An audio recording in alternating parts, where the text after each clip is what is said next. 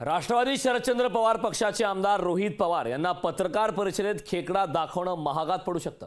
जिवंत खेकड्याचा छळ केल्याचा आरोप करत पेटानं आता रोहित पवार यांच्या विरोधात तक्रार केली। ईडी नंतर रोहित पवारांच्या मागे आता पेटाचा ससेमिरा लागण्याची शक्यता आहे।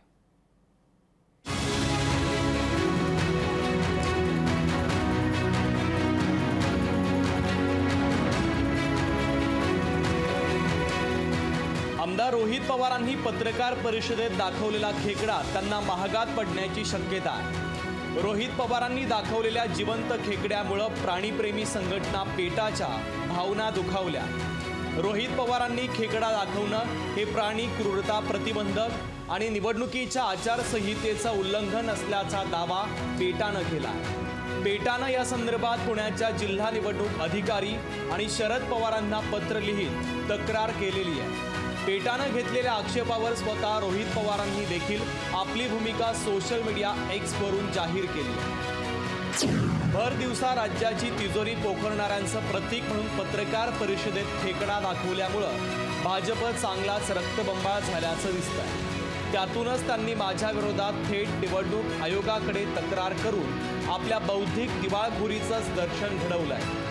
मी दाखवलेला खेकडा हॉटेलमध्ये खाण्यासाठी वापरण्यात येणारा होता आणि नंतर तो नदीत सोडून दिल्यानं उलट त्याचा जीव वाचला, पण तिकडं भाजपची मात्र यामुळं तडफड सुरू झाली। याचं कायदेशीर उत्तर मी देईलच, पण तुम्ही काय म्हणणार अशा या बावचाळलेल्या राजकीय खेकड्यांना, असं रोहित पवारांनी म्हटलंय।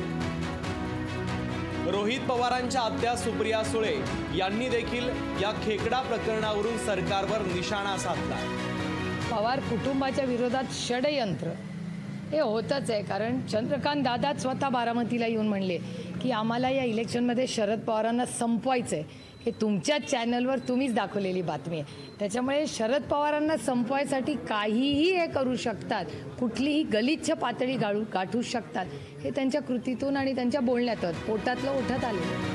महाराष्ट्राला आता ईडी, सीबीआय आणि पोलीस यंत्रणांच्या चौकशीच्या ससेमिऱ्याबाबत पुरेपूर कल्पना आली आहे, पण रोहित पवारांच्या निमित्तानं आता पेटाचा देखील कारवाईचा फेरा एखाद्या नेत्यावर येऊ शकतो याची चुणूक दिसून आली आहे। अमोल धर्माधिकारी, लोकशाही मराठी, पुणे। लोकशाही मराठी ऐका, पहा, जागरूक रहा।